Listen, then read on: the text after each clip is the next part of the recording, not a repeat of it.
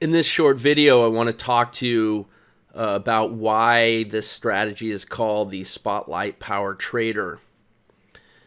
I mean, I think the name is self-explanatory, but if you drill deeper into it, you will really understand what this is all about, what the philosophy of the strategy is, and how to keep you on point in trading with the strategy in the way it's intended to be traded and to accomplish the things that you should be trying to accomplish as a trader. So the spotlight, of course, shines a spotlight on dependable trade setups, and you can see that with all the examples. You know you're staying long when the bars are green, you know you're going short when the bars are red, and you know you're staying flat when the bars are gray. We have to look past those colors sometimes because of some of the maneuverings we do with some trades, but by and large, that's what the spotlight is all about. The power part of the name is also very important. It reminds us of focusing in on what we have power over, but also accepting and letting go of what we don't have power over. All right, so what do I mean by that exactly? Well, there are 12 powers that we're identifying as necessary to be successful as a trader. Let's go over them, the 12 powers of ongoing trading success. The first one is the power of why. Knowing why we are trading is critical, and you have to prove it with your actions. Okay, we'll go through each of these one by one. The power of why is the most important power of all because everything boils down to why you're trading. All your actions, everything you do as a trader. You may not realize it, but it is true. And the markets are going to give you what you're asking for. There's really only one reason to trade, and that's to make money. Okay, making money is not winning on a trade or a few trades, because as traders, we still have to take another trade, don't we? And another, and another, and another. If you're really trading to make money, you have to understand this.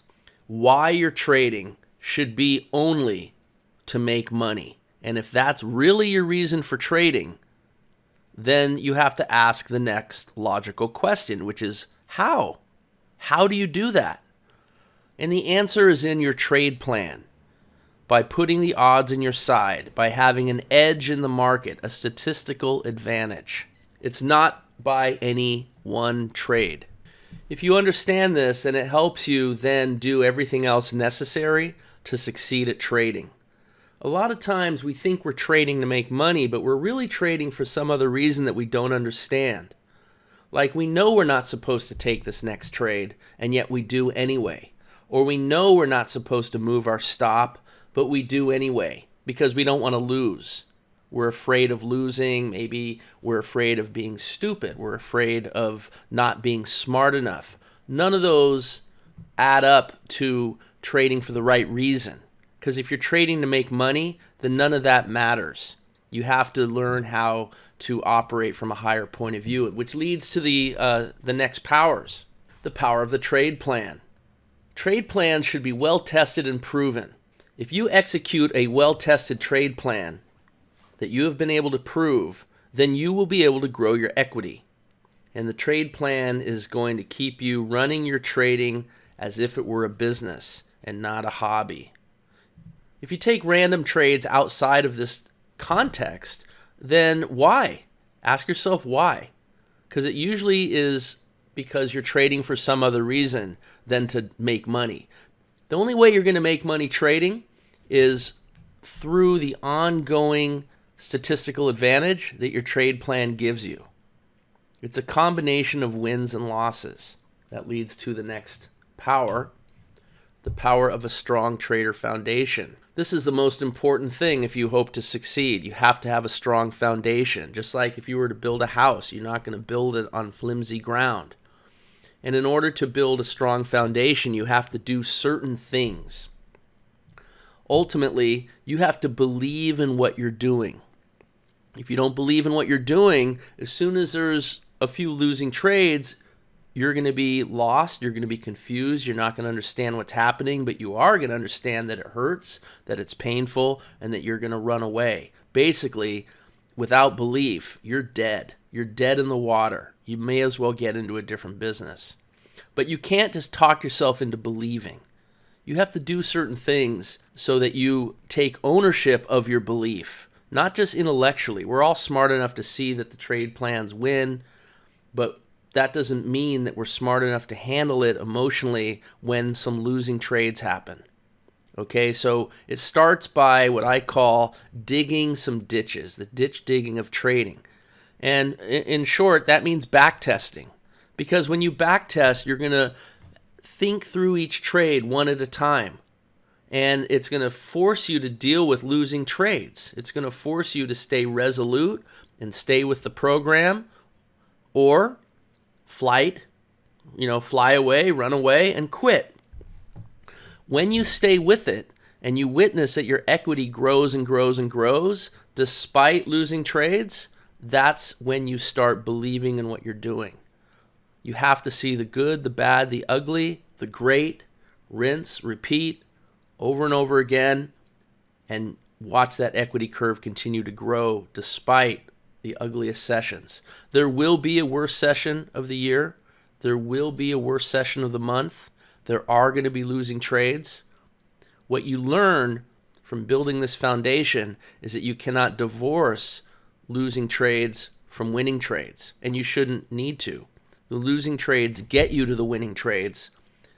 That's all part of the trade plan that grows your equity and achieves your reason for why you're trading in the first place.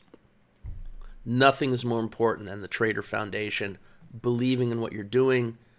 Do the work necessary to put your belief where it needs to be. And then that takes us to the power of quitting. This should be part of your trade plan. This is a dynamic goal-setting strategy. It allows you to take what the market wants to give you, not what you want from the market. No one cares about that. You have to learn how to take what the market wants to give you while quitting positive most of the time. Our goal should be able to quit positive on most sessions while controlling our drawdowns with smart, efficient trading. The power of quitting keeps us doing that. Maybe one day the market only wants to give us a couple ticks, but the next day it wants to give us a home run trade out of the park. Over time, it all averages out to us being able to grow our account and, of course, utilize the next power, the power of compounding. Einstein's eighth wonder of the world. I also call this the power of the ramp. If you imagine a ramp, it stays low to the ground, low to the ground, low to the ground. When you're starting your trading business, it's hard to get that ramp to start to incline. But eventually, you're going to grow your account to the point where you can put on another contract and double your position. And then that ramp is going to start to incline more rapidly. And you'll get to that third contract even faster, and the fourth contract even faster, and the fifth even faster, and the 20th faster.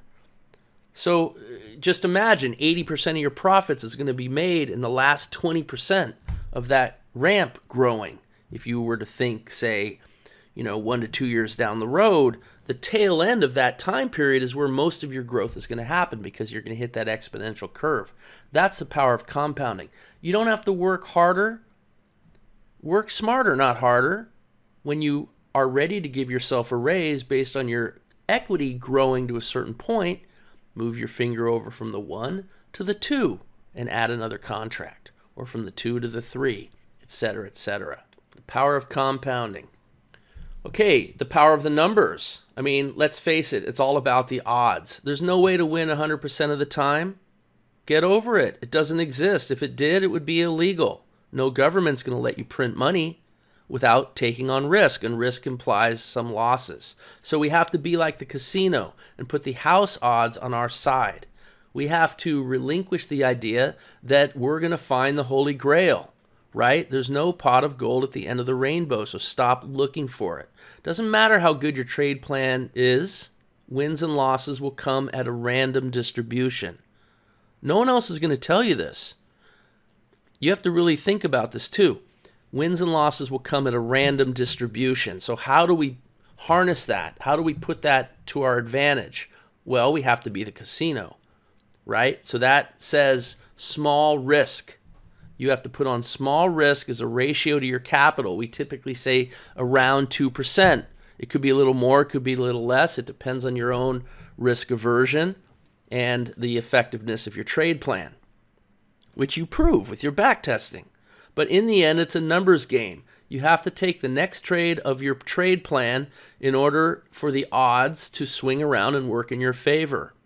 Let the odds do the heavy lifting. You have to take the next trade or you're not going to get the benefit of the house odds.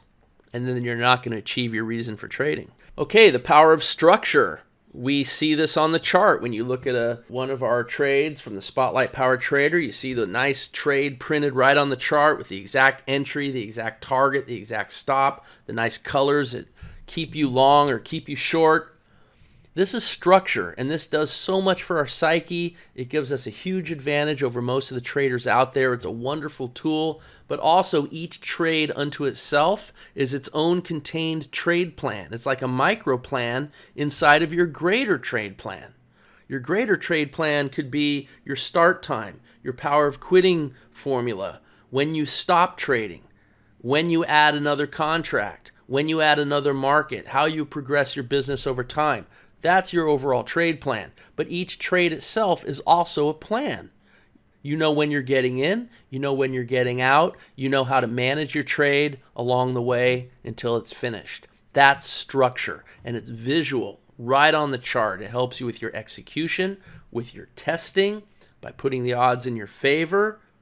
It helps you with money management, and it even helps you with just staying disciplined in your own trade psychology. Very important. The power of dynamic setups.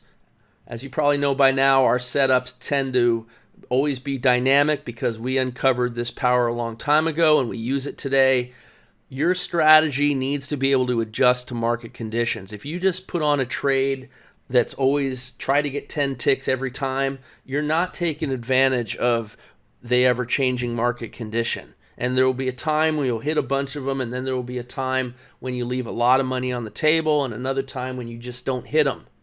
And it's becomes a fad strategy. You need a strategy that is not a fad, but can be evergreen, where you learn it once and use it for a lifetime. That requires dynamic setups that can dance with the market, that can adjust to market conditions. Some trades might be bigger, some trades might be smaller, but the odds of hitting those targets are always going to be at their highest point. And you can see that with the Spotlight Power Trader examples and how accurate many of the targets are. That's because of their dynamic setups, the power of dynamic setups. Okay, this is one that is also incredibly important, the power of surrender. And you might think, oh my goodness, he's a hippie, kumbaya and all that. No. It's way more important than something like that. This is an acknowledgement of what we cannot control. So many traders will see a losing trade. They'll have a trade plan. They'll be back testing it. Oh my goodness, a losing trade. And then they'll go back and they'll try to tweak the rules and change it and make that losing trade a winning trade. And what they don't realize is, yeah, they fixed that trade, but they just broke the next X amount of trades that are going to come. No matter what you do, there will be a random distribution of wins and losses. Why? Because we have no control over the market or price action. We can't keep trying to control it. That's a loser's game. It's a losing proposition. With the power of surrender, you realize that you cannot control certain things in the market. You accept it, and then you move on. And you put your focus on what you can control. You can control how much risk you put on a trade. You can control when you trade, how you trade, what power of quitting rules you use, how much back testing and foundation building you put in before you risk your real money. You can control so many powerful aspects of your trading, but you can't as long as you keep trying to control the thing you shouldn't be trying to control, the market itself. This is a very important power, and it is a higher level of understanding that I hope you all embrace and work on. The power of mechanical rules. Well, this should be obvious. It keeps your trading objective. The rules come from your trade plan, it comes from your back testing. Ultimately, it comes from your numbers, the power of surrender. We can't control certain things, and we don't know the outcome of certain things, but what we can control is putting the odds in our favor and then creating rules that keep us executing that plan that achieves that. Now, there is an art to trading as well. We call it the art of trading. I call it, to be more specific, the 3 to 5% art to trading. Okay, like we might want to adjust around a chart level, or stand down for news, or make a little key level adjustment, or stop and reversal adjustment. All these things are taught in training. These are all art types of decisions, but we can still reduce that down to mechanical rules as well. The whole idea is to remove ourselves from the equation, because human beings make terrible traders. We have to be able to trade completely objective and sticking to the trade plan that is proven to grow our equity, and that in turn achieves our why, our reason for trading. The power of lifestyle, most people wouldn't think of this as a power, but it is one of the most important as well. All of these are important. They all work together. But there are two ways to look at this. One, you have to find your personal style of trading. Some people always say, give me a 4-hour chart trade plan, and I'll say, okay, here it is. And then they're like, oh my God, I can't trade this because there's been 13 bars before it even triggered in, and then it canceled. How am I supposed to monitor a chart, for 4 hours times 13 bars, and that's just one trade? What about the next trade, the next trade, the next trade? What about 6 months from now, right? Do you want to sleep with your computer? Do you want to pull off the road when you're rushing to a dentist appointment and handle a trade? These are all lifestyle questions. I personally want to trade as little as possible. Today I took a trade, it took 5 minutes. I hit my goals, I was finished. I don't need to trade more to make more money, right? Power of compounding. Power of lifestyle is decide the kind of lifestyle you want to live and then trade within your lifestyle so that you can do it on a disciplined and committed basis. Here's a mistake a lot of traders make. They put their personal needs in front of the needs of their trading. Oh, I have to pay my electric bill today, so you have to make X amount of money. Well, what if the market doesn't want to give you that? Power of quitting, right? You're going to make mistakes. You're going to deviate from the power of your trade plan. The great irony is that if you put your trading needs first, at some point, as the ramp grows, you will achieve your financial goals, which will take care of your personal needs. For that reason, lifestyle is an essential power. Never try to do too much. Trade within the lifestyle you want to lead. And then finally, to sum it all up, the power of the CEO. You are the master of your own destiny. Humans make terrible traders. We're wired to fail. Why? Our survival instincts will have us do things that are not conducive to successful trading. Taking a loss, for example, is painful to a human. Well, wins and losses come in a random distribution. That's hard for humans to handle. The instinct to survive always takes over and will have you running away to stop the pain, right? Well, this isn't what traders do. This is how people lose. This is how people don't succeed at trading. Traders are different animals, and you have to transform and become this with all the work that you do. Your foundation building, the power of the foundation.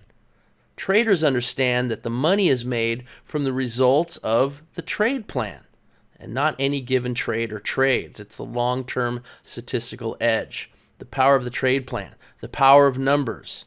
You don't want to be the guy or gal just trying to trade because you're going to lose. That's just the human being trying to trade. I always like to think of my trades as trees and my equity as my forest. I don't want to be a little grunt running around the trees trying not to get crushed.